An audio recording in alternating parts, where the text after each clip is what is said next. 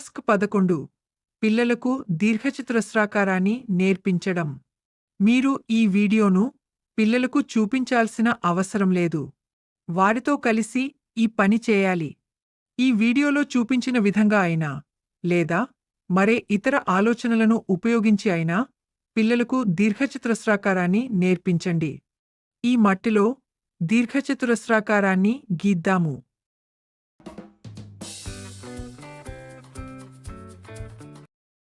ఇప్పుడు గోధుమ పిండిలో దీర్ఘచతురస్రాకారాన్ని గీద్దాము.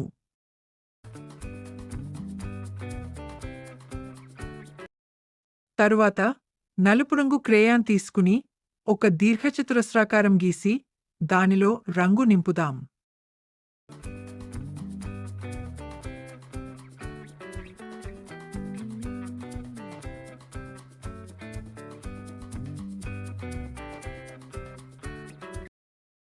చూడండి, ఈ రెండు పొడవు భుజాలు సమానంగా ఉన్నాయి. అదేవిధంగా ఈ రెండు పొట్టి భుజాలు సమానంగా ఉన్నాయి. మనమిప్పుడు గోధుమ పిండితో దీర్ఘచతురస్రాన్ని తయారు చేద్దాం.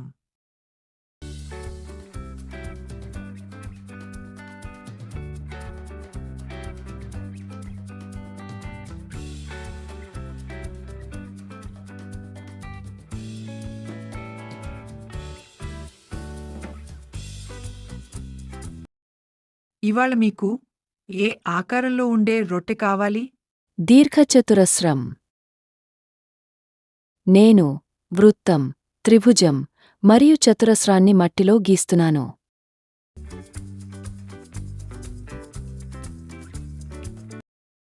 చాలా బాగున్నాయి.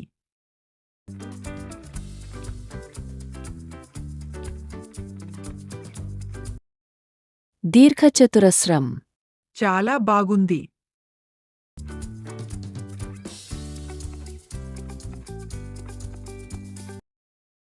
వృత్తం. చాలా బాగుంది.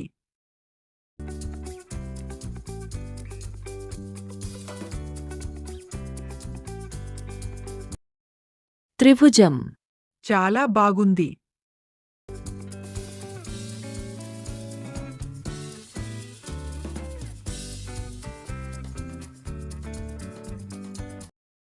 చతురస్రం. చాలా బాగుంది. నాకు వృత్తాకారంలో రొట్టె కావాలి. త్రిభుజాకారపు రొట్టె.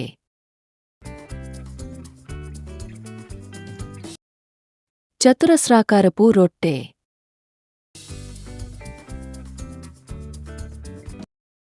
దీర్ఘచతురస్రాకారపు రొట్టె.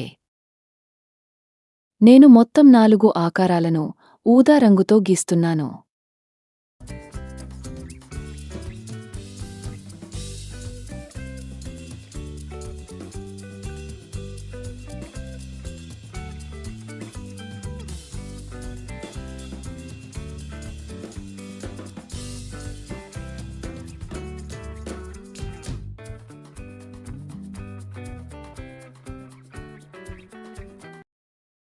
చాలా బాగున్నాయి.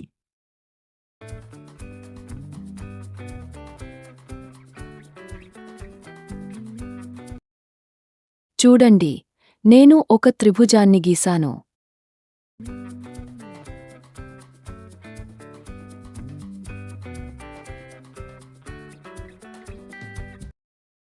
ఒక దీర్ఘచతురస్రాన్ని గీసాను.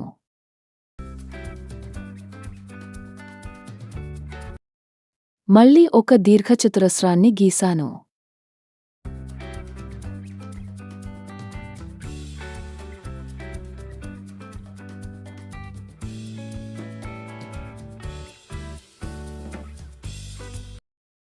ఇప్పుడు నేను 2 చతురస్రాలను గీసాను. చూడండి, ఒక ఇల్లు తయారు అయింది. అద్భుతం. చాలా బాగుంది. ఇది ఏమి ఆకారం? వృత్తం. మీరు ఎలా చెప్పగలరు? దానికి భుజాలు లేవు మరియు మూలలు లేవు. ఇది ఏమి ఆకారం? చతురస్రం. మీరు ఎలా చెప్పగలరు? దానికి 4 భుజాలు మరియు 4 మూలలు ఉన్నాయి. ఇది ఏమి ఆకారం? త్రిభుజం. మీరు ఎలా చెప్పగలరు? దానికి 3 భుజాలు మరియు 3 మూలలు ఉన్నాయి. ఇది ఏమి ఆకారం? దీర్ఘచతురస్రం. మీరు ఎలా చెప్పగలరు? దానికి 2 పొడవైన భుజాలు మరియు 2 పొట్టి భుజాలు ఉన్నాయి.